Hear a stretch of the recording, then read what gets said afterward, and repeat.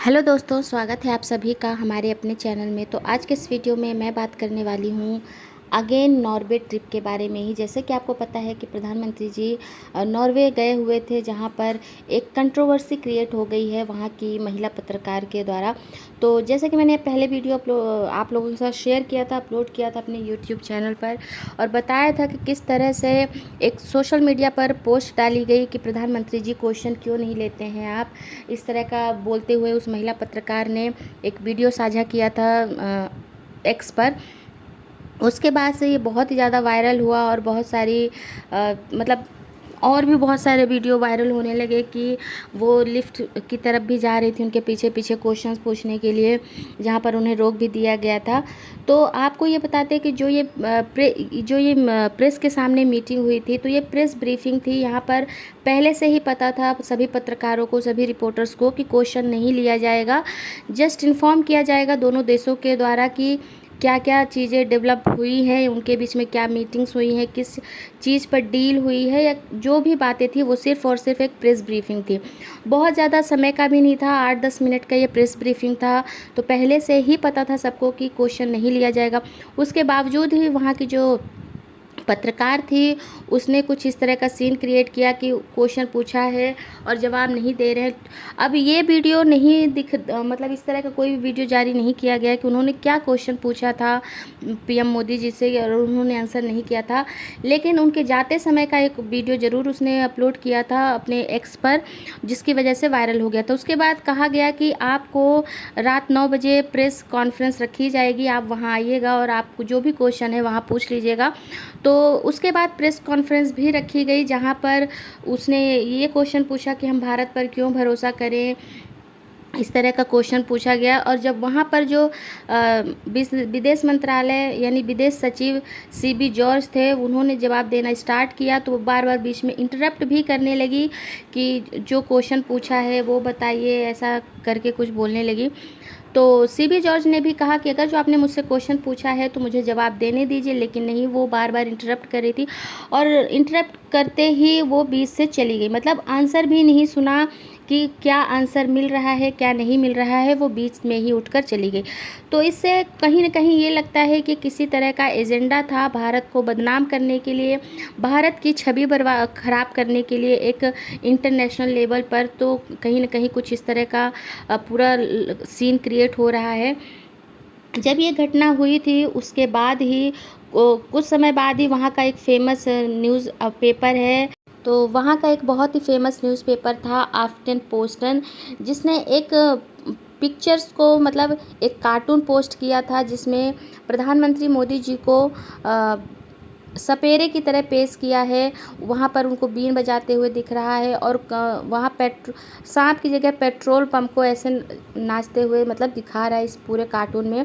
तो ये कार्टून एक रेसिस्ट कार्टून यानी ये नस्ल भेदी के तौर पर भी जाहिर करता है। कुछ इस तरह का जब कार्टून बनाया गया था तो ये यूरोप की या वहाँ की नस्ल भेदी मानसिकता को भी दर्शाता है कि वो अभी भी अपने कॉलोनियल फेज से बाहर नहीं निकले हैं। वो लोग सिर्फ़ और सिर्फ कहने के लिए प्रोग्रेस कर रहे हैं, आगे बढ़ रहे हैं, लेकिन उनकी जो सोच है आज भी भारत के प्रति वैसी ही जैसे वो पहले सोचते थे। आपको ये भी बता दें कि भारत को ये जो बाहरी देश थे, यूरोपियन कंट्रीज़ थी, तो ये हमेशा भारत को सांप और सपेरों का देश ही समझती थी और इसीलिए उसने कुछ इस तरह का कार्टून बनाया है और पीएम मोदी के बारे में इस तरह का उसने पिक्चर को पोस्ट किया है। तो जिसके बाद से ही सोशल मीडिया पे बहस छिड़ गई है कि क्या एक देश के पीएम के बारे में कुछ इस तरह का कार्टून बनाना सही है या नहीं है। तो इसमें एक फ्यूल स्टेशन पाइप, जैसे मैंने आपको पहले बताया कि पकड़े हुए दिखाया गया है, जो सांप जैसा लग रहा है। साथ में ही ओपिनियन आर्टिकल भी था जिसका टाइटल था, इसका एक आर्टिकल भी था जिसका लिखा हुआ था, मतलब उनकी लैंग्वेज में लिखा था, जिसका हिंदी में अनुवाद होगा, एक चालाक और थोड़ा परेशान करने वाला आदमी। कुछ इस तरह का आर्टिकल भी प्रेजेंट किया गया है उसी पिक्चर के साथ, उस कार्टून के साथ।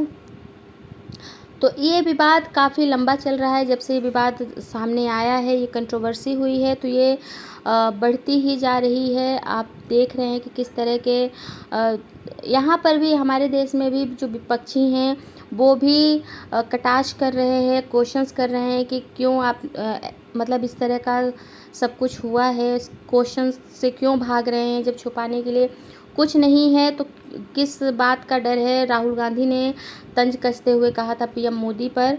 तो इस कार्टून को देखकर सोशल मीडिया पर लोगों का गुस्सा भी बहुत ज़्यादा भड़क उठा है। वो बहुत अलग अलग तरह की कमेंट भी आ रहे हैं कि ये औपनिवेशिक काल की सोच दर्शाता है, जो कि बहुत बड़ी बात है कि आज आप एक बढ़ते हुए देश की तरफ जा रहे हैं।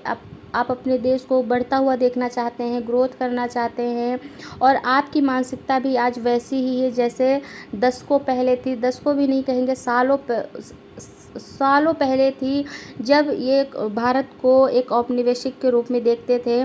और आज भी उनकी सोच वही है, सांप और सपेरों से ही जोड़ा जाता है। और ये कभी भी अपनी मानसिकता नहीं बदल सकते हैं, चाहे ये कितना भी ग्रोथ कर जाए, कहीं पर भी ये कितना भी डेवलपमेंट कर लें। भारत के प्रति इनकी सोच ऐसी ही रहेगी, और ये चाहते भी नहीं है कि भारत की ग्रोथ हो, इनसे देखी भी नहीं जाती है। आज जब भारत इतने हाई लेवल पर पहुंच गया है तो इस बात से भी इन लोगों को परेशान है। तो इसी वजह से शायद ये एक एजेंडा भी हो सकता है भारत की छवि खराब करने के लिए इंटरनेशनल लेवल पर। तो ये था पूरा मामला, जो कि अभी हाल ही में ये विवाद चल रहा है, जो थमने का नाम नहीं ले रहा है। और आपको ये भी बता दें कि मोदी जी अभी इटली गए हुए हैं। उनका लास्ट जो डेस्टिनेशन है वो इटली है, जैसे कि आपको मैंने अपने 1-2 वीडियो में पहले भी बताया है कि 5 देशों की यात्रा पर निकले थे मोदी जी। अब ये लास्ट है इटली, जो कि आखिरी देश होगा जहां उनकी यात्रा जाकर कंप्लीट होगी। तो आपको ये न्यूज़ कैसी लगी, आप हमें कमेंट करके ज़रूर बताइएगा। और आपको क्या लगता है कि एक एजेंडा था, प्रोपेगेंडा था उस महिला पत्रकार के द्वारा, या यूं ही उसने एक सीन क्रिएट किया है? तो जो भी है आप हमें कमेंट करके ज़रूर बताइएगा। वीडियो पसंद आई हो तो इसे लाइक और शेयर कीजिएगा। चैनल को भी सब्सक्राइब कर लीजिएगा ताकि आपके साथ और भी नए नए वीडियो हम शेयर करते रहें।